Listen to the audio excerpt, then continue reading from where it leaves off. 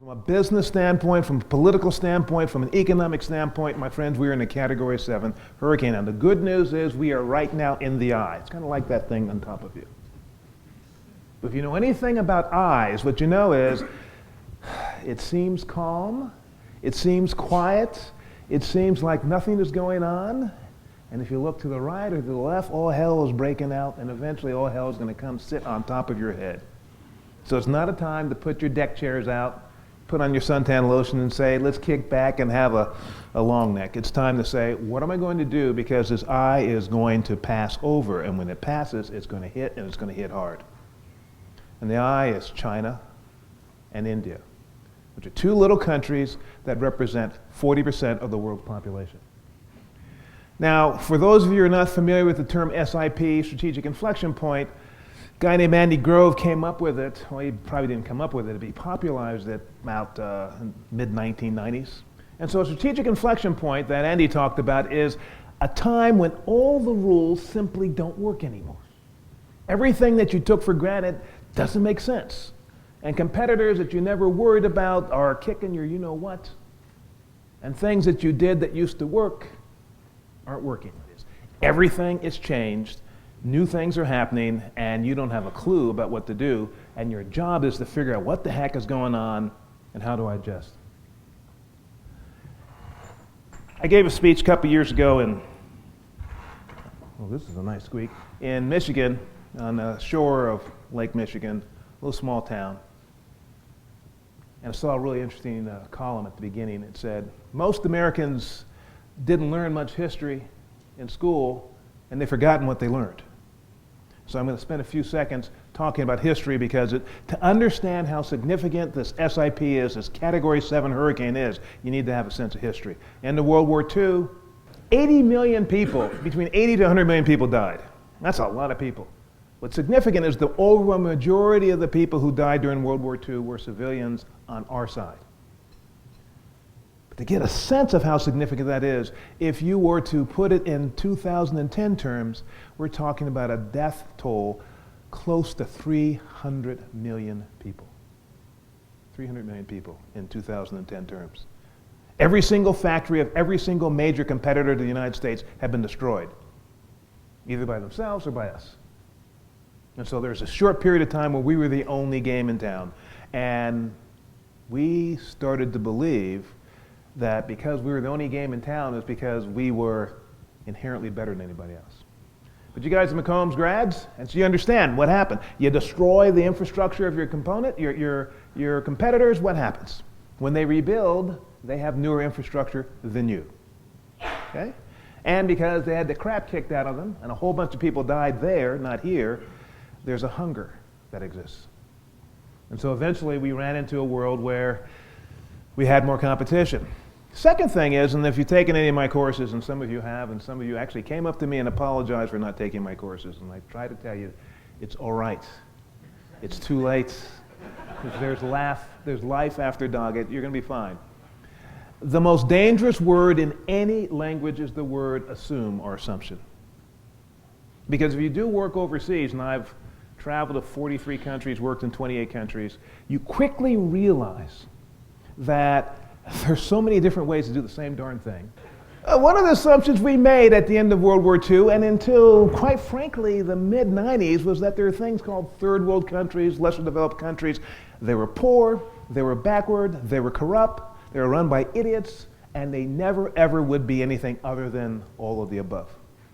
And the last thing we'd have to worry about was competing with them on the basis of innovation. Just wasn't going to happen. That was our assumption. In fact, if you think of Kyoto, the great greenhouse gas agreement, it wrote into the agreement that there are a handful of countries which were developing countries that simply could not be required to live up to the same standards of the developed world because that would damn them forever to poverty.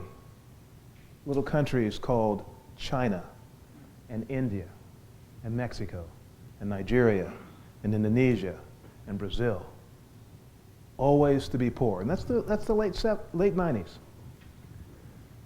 Second thing that was going on was a little thing called the Cold War, which now seems almost hard to remember.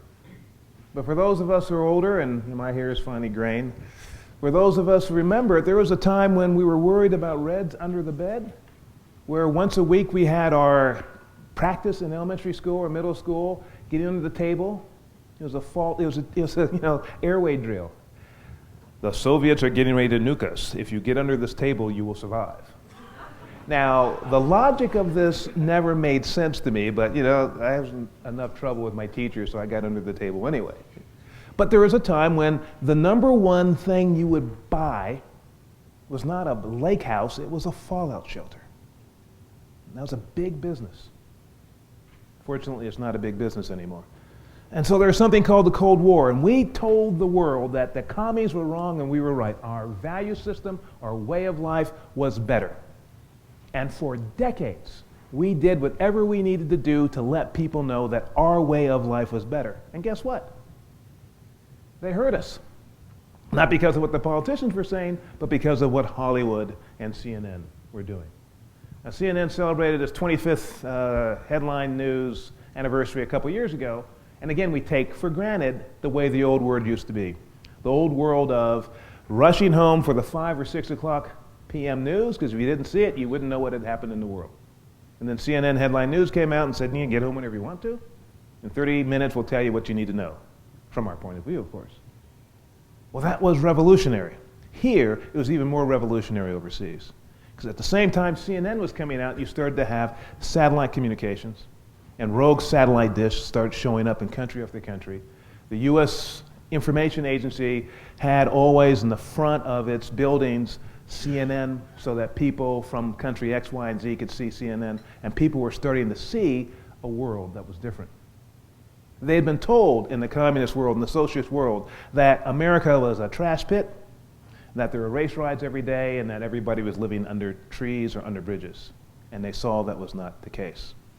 And whether you like Desperate Housewives or not, most people didn't care about the storyline. What they cared about was the places people were living.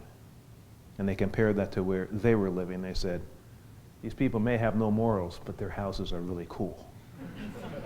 That was our message to people.